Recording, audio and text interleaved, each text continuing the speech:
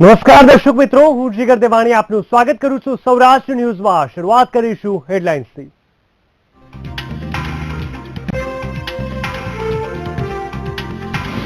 સૌરાષ્ટ્ર કચ્છની જમીની અને દરિયાઈ સરહદે સઘન પેટ્રોલિંગ. રાજનાથસિંહે કહ્યું, ભારત પાકિસ્તાન વચ્ચેની 2300 કિલોમીટરની સરહદ થશે.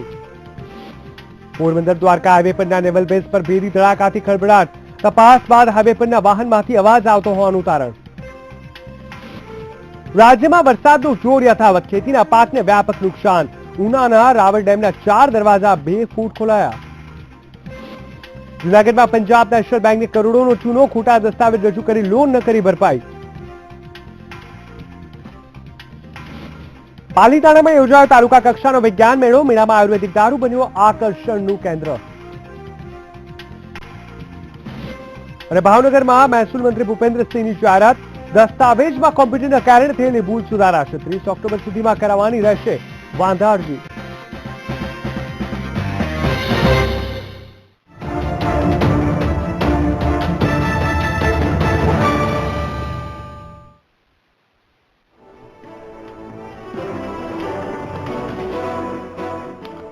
તો ગુજરાત પોલીસે સાવધાની વર્તી છે. જી હા, રાજ્યના મોટાભાગના શહેરોમાં વાહનોની તપાસ હાથ ધરવામાં આવી છે. એરપોર્ટ પર પણ સુરક્ષા વ્યવસ્થા ચુસ્ત કરવામાં આવી છે.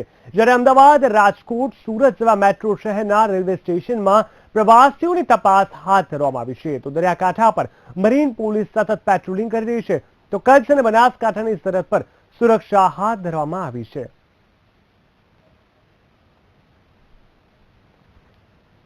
દસ થી 12 આતંકીઓ ઘૂસ્યા હોવાના એલર્ટ બાદ ગુજરાતના મંદિરોમાં સુરક્ષા વ્યવસ્થા ચુસ્ત કરી દેવામાં આવી છે. દ્વારકા, સોમનાથ, બહુચરાજી અને અંબાજી સહિતના પ્રસિદ્ધ મંદિરની સુરક્ષા વ્યવસ્થા ચુસ્ત કરી દેવામાં આવી છે.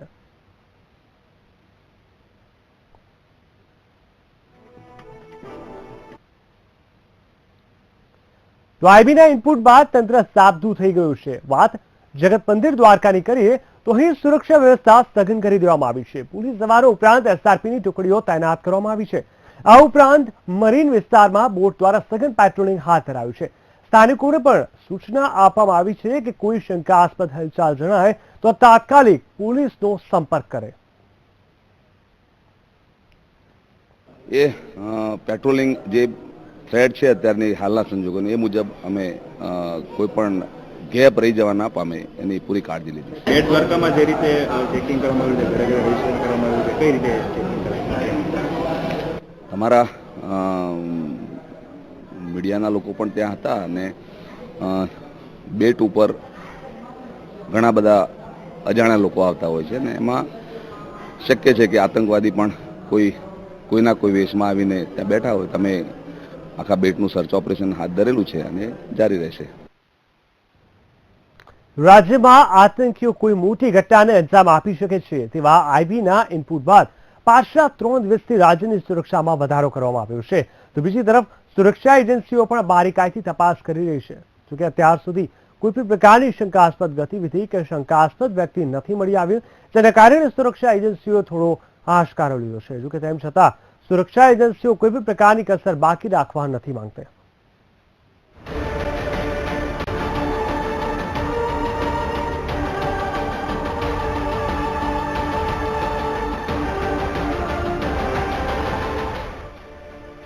આઈબીના એલર્ટ બાદ એક્શન. બીએસએફ, એસઆરપી, કોસ્ટગાર્ડ સતર્ક. દરિયાઈ સુરક્ષામાં થયો વધારો. ગુજરાત રાજ્યમાં આતંકીઓ કોઈ મોટી ઘટનાને અંજામ આપી શકે છે. આઈબીના આ એલર્ટ બાદ સુરક્ષા એજન્સીઓ થઈ ગઈ છે સતર્ક. ખાસ કરીને આતંકીઓ દ્વારકાધીશ મંદિર, સોમનાથ મંદિર અને અન્ય પવિત્ર યાત્રાધામમાં ઘૂસીને હુમલો કરી શકે છે. તેવા ઇનપુટ બાદ સ્થાનિક પોલીસ સહિત સુરક્ષા એજન્સીઓ ઝીણવટભરી તપાસ કરી રહી છે. દરિયાઈ કાંઠે આવતી જતી તમામ બોટનું ચેકિંગ કરવામાં આવ્યું છે. તો પાકિસ્તાની સીમાની આસપાસ પણ સઘન પેટ્રોલિંગ કરવામાં આવ્યું છે.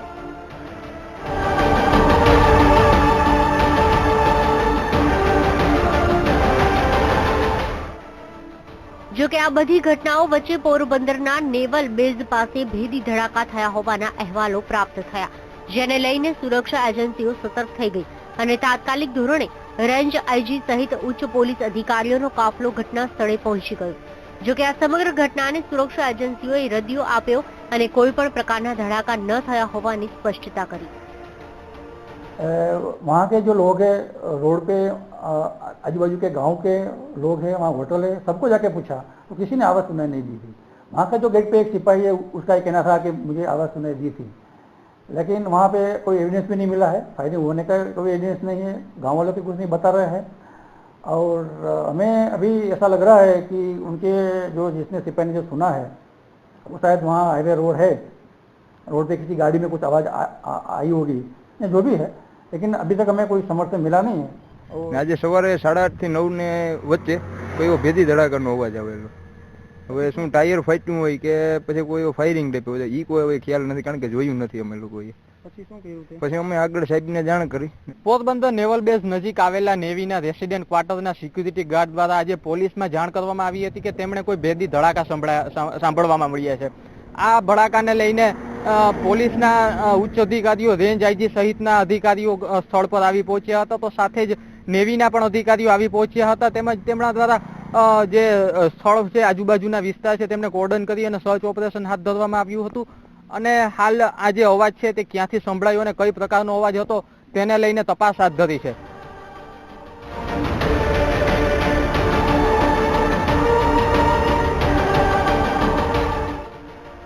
તો સુરક્ષા એજન્સીઓએ પોરબંદર બાદ દ્વારકામાં સઘન સુરક્ષા ગોઠવી દીધી છે અને પોલીસ જવાનો સહિત એસઆરપીની ટુકડીઓ પણ પેટ્રોલિંગ કરી રહી છે। સાથે જ ગુજરાત એટીએસની ટીમે સમગ્ર એસઓજી ટીમને કોસ્ટલ એરિયા પર નજર રાખવા માટે આદેશ કર્યા છે અને અનિચ્છનીય ઘટનાને આતંકીઓ અંજામ આપે તે પહેલા અટકાવવા સૂચન કર્યું છે।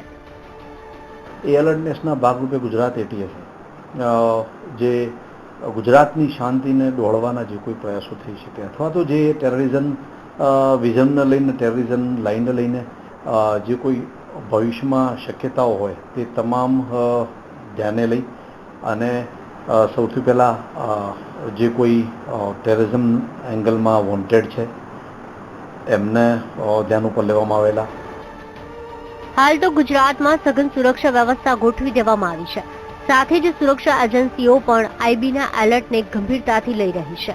જો કે આતંકીઓના આ નાપાક મનસૂબાને નિષ્ફળ બનાવવા માટે ગુજરાતની સુરક્ષા એજન્સીઓ છે બિલકુલ સજ્જ। Bureau report, VTV news.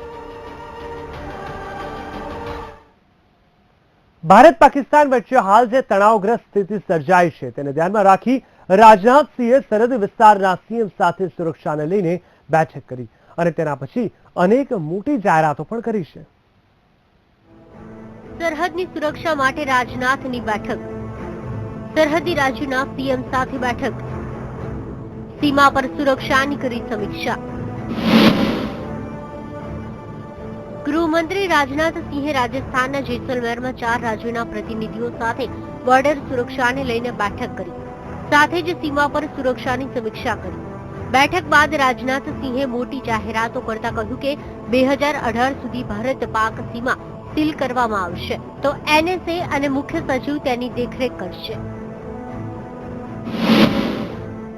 Home ministry ने एक टारगेट तय किया है कि इंडो पाक सीमा को दिसंबर 2018 तक पूरी तरह से सील कर दिया जाए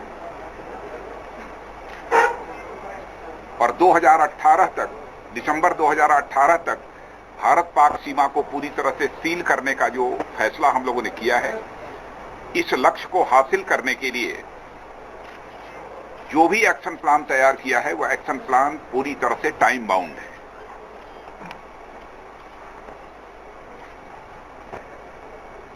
और जो भी इस एक्शन प्लान को हम इंप्लीमेंट करेंगे तो इसकी प्रॉपर मॉनिटरिंग होगी, पीरियोडिकल भी होगी, मंथली भी होगी, क्वार्टरली भी होगी। 2018 સુધી ભારત પાક સીમા સીલ, એનએસએ અને મુખ્ય સચિવ કરશે દેખરેખ। સીમા સીલનું કામ સમય મર્યાદામાં પૂર્ણ થશે। બોર્ડર સિક્યુરિટી ગ્રીડની થશે સ્થાપના। બીએસએફની ફરિયાદ પર ચાર્જશીટ થશે। દેશને પોતાની સેના પર સંપૂર્ણ વિશ્વાસ। દેશ સંપૂર્ણ રીતે સુરક્ષિત છે। ખેડૂતો ખેતરોની કરે છે સુરક્ષા, જવાનો કરે છે દેશની સુરક્ષા। દેશની સુરક્ષાને સુરક્ષિત રાખવામાં આવશે. દરેક પડકારને મળીને સામનો કરાશે. બોર્ડર સિક્યુરિટીની જવાબદારી કિરણ રિજિજુ સંભાળશે. સીમા સુરક્ષા અંગે 4 રાજ્યોના સીએમ સાથે કરી વાત. રાહુલથી વધારે જરૂર અનેક કામ છે. ભારત પાકના તણાવને ઓછું કરવાની જરૂર. બોર્ડર વિસ્તારોની સમીક્ષા કરવા માટે રાજનાથસિંહ 2 દિવસના પ્રવાસે છે અને આ દરમિયાન રાજનાથસિંહ રાજસ્થાન, ગુજરાત, જમ્મુ કાશ્મીર અને પંજાબના સીએમ સાથે મળીને સુરક્ષાની રણનીતિ તૈયાર કરી રહ્યા છે. Bureau report, VTV.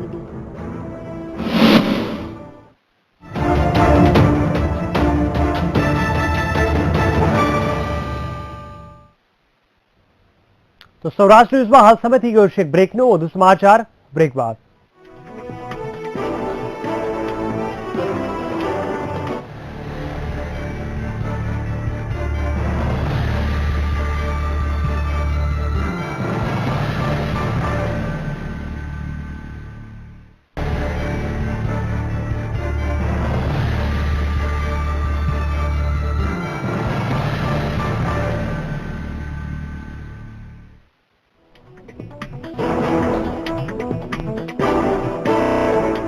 બ્રેક બાદ સ્વાગત છે સૌરાષ્ટ્ર ન્યૂઝમાં. આગળના સમાચાર પર નજર કરીએ તો પોરબંદર દ્વારકા હાઈવે પર આવેલા નેવલ હેડક્વાર્ટર સામે નેવલ રેસિડેન્ટ ક્વાર્ટર ખાતે ફરજ બજાવતા સિક્યુરિટી ગાર્ડે પોલીસને ફાયરિંગ થયાની જાણ કરતા પોલીસમાં દોડધામ મચી ગઈ હતી.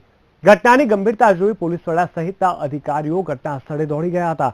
જોકે લાંબી તપાસ બાદ હાઈવે પરથી પસાર થતા વાહનમાંથી આ પ્રકારનો અવાજ આવ્યો હોવાનું પુરવાર થતા તંત્રએ રાહતનો શ્વાસ લીધો હતો.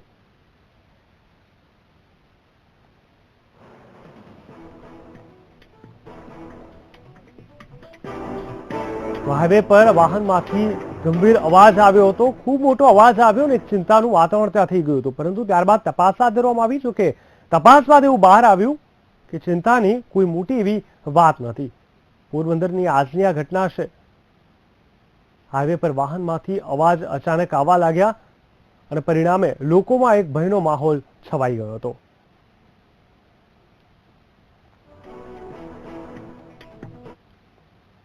વરસાદને કારણે સાવરકુંડલા ઢસા રંધોળા સ્ટેટ હાઈવે બંધ કરાયો છે. નાના લીલિયા ચોકડી પાસે ખારી નદી ઓવરફ્લો થતા વાહન વ્યવહાર બંધ કરાયો છે. વરસાદને કારણે નીચાણવાળા વિસ્તારોમાં કમર સુધીના પાણી ભરાયા છે. ભારે વરસાદને કારણે લોકો હાલાકીનો સામનો કરી રહ્યા છે.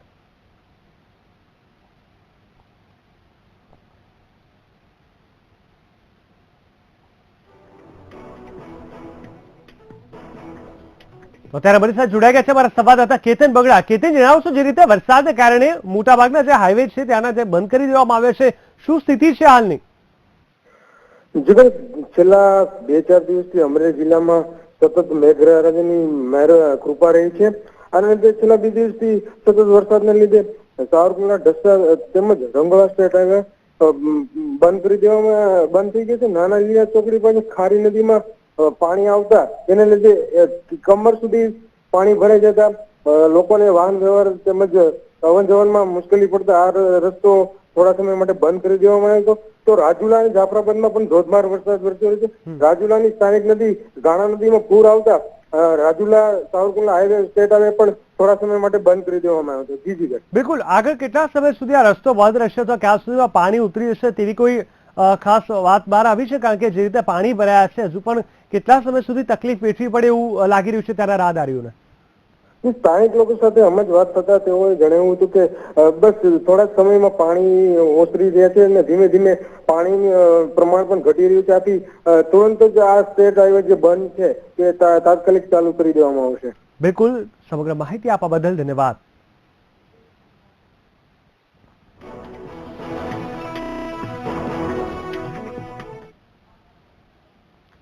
છેલ્લા 1 અઠવાડિયાથી વરસી રહેલા વરસાદે ગીર પંથકના ખેડૂતોની ઊંઘ ઉડાડી મૂકી છે. વરસાદને કારણે વિવિધ પાકને ભારે નુકસાન થયું છે. પાકને નુકસાન થતા ખેડૂતો ચિંતામાં મુકાઈ ગયા છે.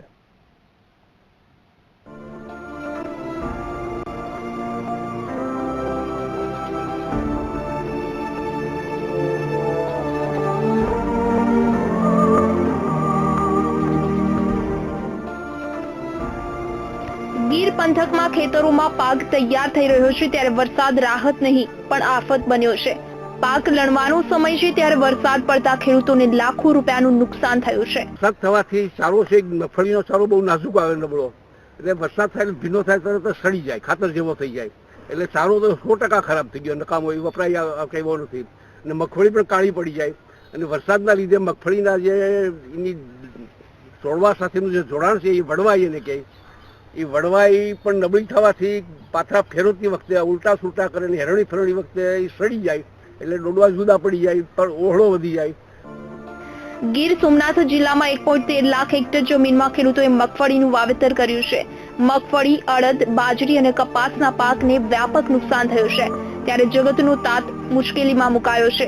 ખેડૂતો માટે આસો મહિનાનો વરસાદ આફતરૂપ સાબિત થયો છે. પાક નિષ્ફળ ગયો છે ત્યારે પાક વીમો પણ મળતો ન હોવાનો આક્ષેપ ખેડૂતો કરી રહ્યા છે. હવે અમારી માંડવી, કોળ અને માંડવીમાં મોટું નુકસાન છે. વાવણી અને માંડવીને અત્યારે વરસાદમાં કોઈ પણ નુકસાન નથી. અડદમાં અતિ નુકસાન, અહીં સામે અડદમાં એટલું નુકસાન છે, બાજરાના ડૂડા પલળી ગયા વરસાદે. આવું બધી નુકસાન છે ક્યાં થયું. ખેડૂતોએ જ્યારે વાવણી કરી ત્યારે વરસાદની ખૂબ રાહ જોઈ હતી, પરંતુ પાછળથી વરસાદ પડતા આ વરસાદ સાવ નકામો હોવાનું ખેડૂતો માની રહ્યા છે. ત્યારે હવે જોવું રહ્યું ખેડૂતોને થયેલા નુકસાનનું શું વળતર મળે છે. Bureau report, VTV news, Gir Somnath. Saurashtra ન્યૂઝમાં ફરી એકવાર સમય થઈ ગયો છે બ્રેકનો. વધુ સમાચાર બ્રેક બાદ.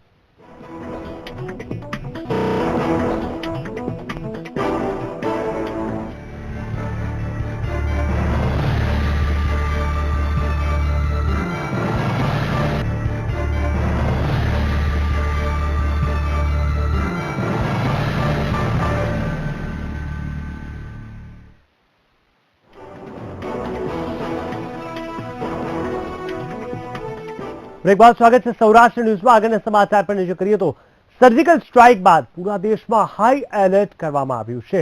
ત્યારે આતંકી દહેશત વચ્ચે રાજકોટના કુવાડવા ગામ નજીક વાંકાનેર ચોકડી પાસેથી પોલીસે એક શખ્સ 3 હથિયાર અને 2 જીવતા કારતૂસ સાથે ઝડપી પાડ્યો છે.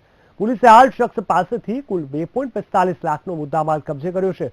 જોકે ખરેખર આ હથિયારો ક્યાંથી ખરીદવામાં આવ્યા અને આ હથિયારો કોને વેચવા આ શખ્સ રાજકોટ આવી રહ્યો હતો, આ સમગ્ર મુદ્દે પોલીસે હાલ વધુ તપાસ હાથ ધરી છે.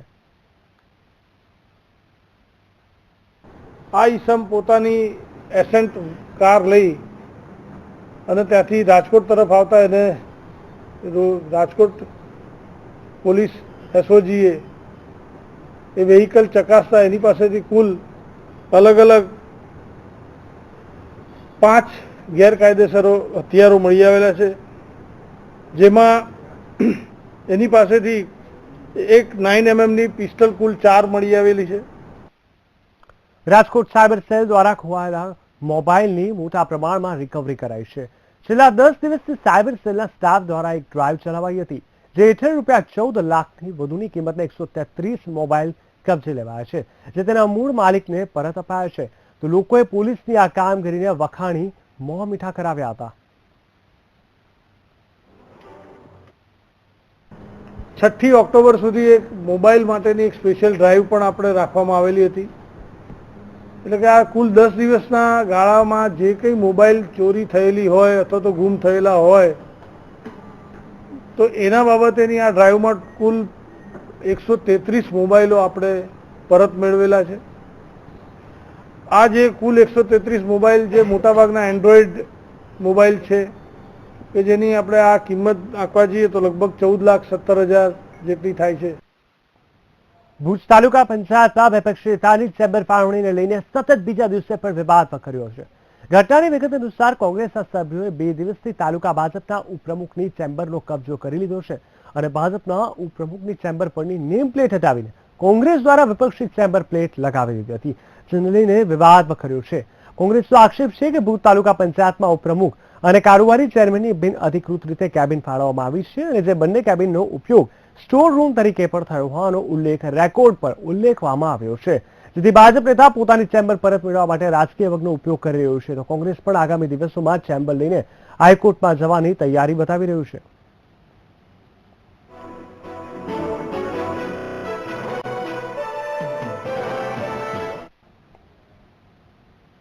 ભાવનગરમાં મહેસૂલ મંત્રી ભૂપેન્દ્રસિંહ ચુડાસમાએ મહત્વની જાહેરાત કરી હતી. કોમ્પ્યુટરના કારણે દસ્તાવેજમાં થયેલી નામોની ભૂલ સુધારવા માટે ખાસ ક્ષતિ સુધારણા કાર્યક્રમ યોજવામાં આવશે, જે અંતર્ગત 30 ઓક્ટોબર સુધીમાં વાંધા અરજી કરવાની રહેશે અને સરકાર જાન્યુઆરી 2017 સુધીમાં તેનો નિવેડો લાવશે.